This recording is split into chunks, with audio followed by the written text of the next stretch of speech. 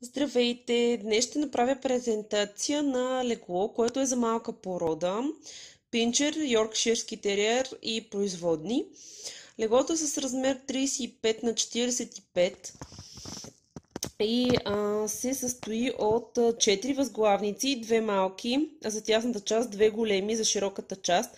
Това е възглавницата, която е пълна с силиконов пух. На нея ще лежи кучето, декоративна възглавничка и завивка, която е с вата. Това е борда. Сега ще започна с подробности относно борда. Борда е с вътрешна и външна част в този случай. Тук е розово на бели точки, тук са от външна страна, от вътрешната страна са мечета.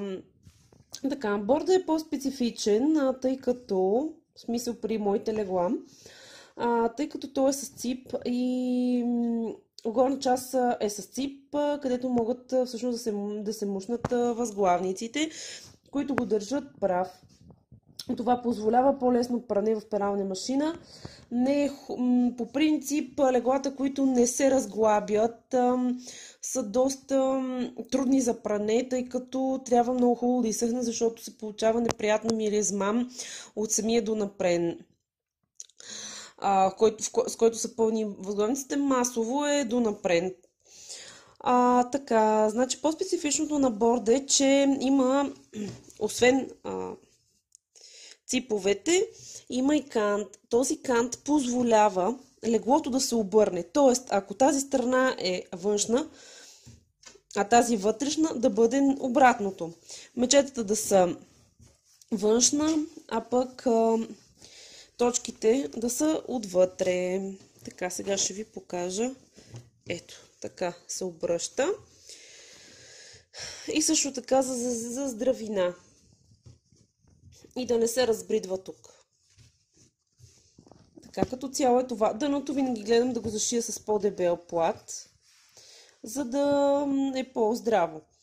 Така, другото нещо интересно при тези легла е, че при моите легла, че ципът се прибира, за да не може кучето да го сдъвче. Сега ще сложа възглавничките в борда и ще ви покажа какво имам на предвид. И така, след като пъхнах възглавниците, показвам какво имам на предвид. Ето го, то е тук мушнато вътре, края на ципа. И самия цип ето тази страна. Просто мушва се, за да може кучето да не преяде ципа. Това е идеята на скриването на ципа.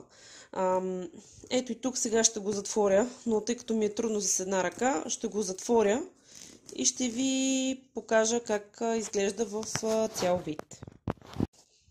Ето, вече е готово.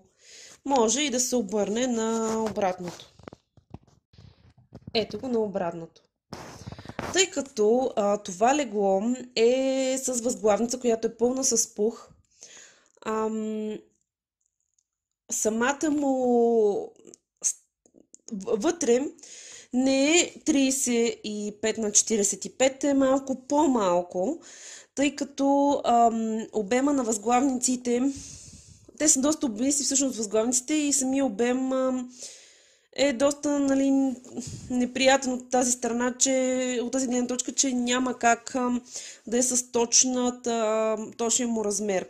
Но леглото по принцип идва малко по-широко от смисъл по надължина и на ширина е доста по-широко от 45 на 35. Това разминаване го има, аз не го искам, но се получава заради самите възглавници. Когато самото легло вече е с донапрен, който е при големи кучета се ползва донапрен, тогава вече нещата са малко по-различни. В смисъл формата изцяло се придобива от самия матрак, в смисъл той се подпъхва отдолу на възглавниците и той де-факто повдига и възглавниците и не се губи това пространство, както при това легло. Ето го дъното, в смисъл Аз съм отрязала плътта, нали, 35 на 45, в смисъл сложила съм отгоре по 3-4 см, но това е.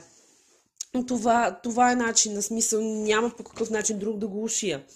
Сега ще ви покажа и възглавницата. Значи възглавницата, както казах по-рано, е пълна с силиконов пух.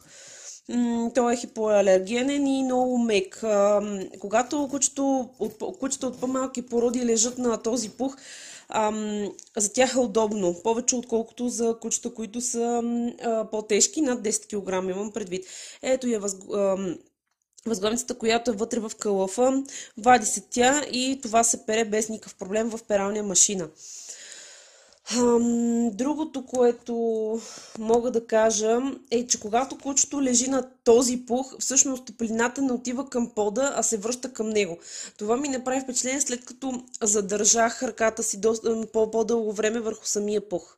В смисъл, сякаш усещам някакво затопляне. Вие можете също да го пробвате това нещо. Така че няма как да му е студено. Сега ще ви покажа, след като се пъхне самата възглавница в борда, как изглежда. Ето го и крайния резултат. Когато слагате възглавницата, мога да дам като съвет да разпределите самия пух равномерно навсякъде. Да повдигнете самите възглавници и да подпъхнете от самия пух под възглавниците, за да може да се разпредели. И вече кучето, когато легне отгоре, всичко е точно.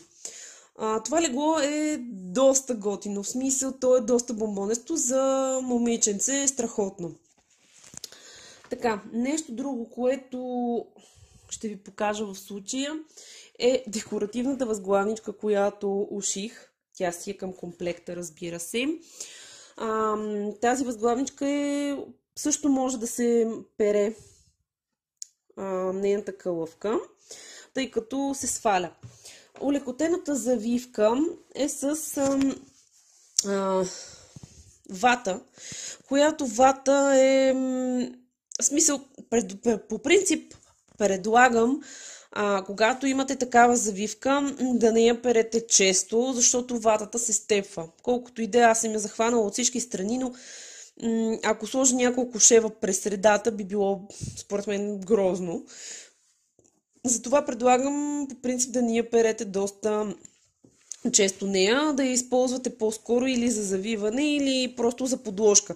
Също така, както казах и като казах подложка, вие можете това нещо да го ползвате също така, примерно, да кажем на някаква мебел да го сложите и кученцето да лежи отгоре. Това също е вариант. Така, общо, в смисъл, общено всичко е с памучни платове, Ранфорс, висококачествени. Свиваемостта при пране е 3%, само и единствено първото пране, оттам насетне не се свиват. Пере се на 30 градуса, между 600 и 800 оборота. Аз ги пробвах пробвала съм всъщност тези платове и на 1000 оборота, много се намачкват, но ако за вас това не е проблем, да, но аз предлагам между 600 и 800 е най-добрия вариант. Друго,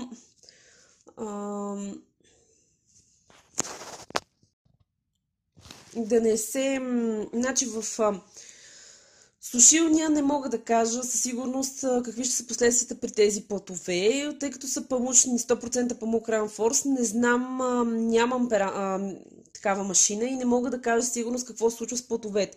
Но вие ако имате и сте наясно какви са програмите и как се сушат памучни платове, може да пробвате. Не се суши на пряка слънчева светлина, защото самите платове избеляват. По принцип е хубаво, в смисъл дори да ги перете един път в седмицата, няма дълго време, ще се запазят дълго време като цветове. Това е информацията, която мога да дам в това видео. Ако имате въпроси, винаги може да ми пишете на лично съобщение, да ги задавате. Аз съм на среща. Ако решите да си поръчате, можете да ми пишете за оферта, размери, цветове. Каквото пожелаете, това може да се случи и по този начин, по който желаете, може да направи вашето легло. Благодаря ви, че гледахте видеото и отделихте време. Хубав ден ви желая и се усмихвайте повече.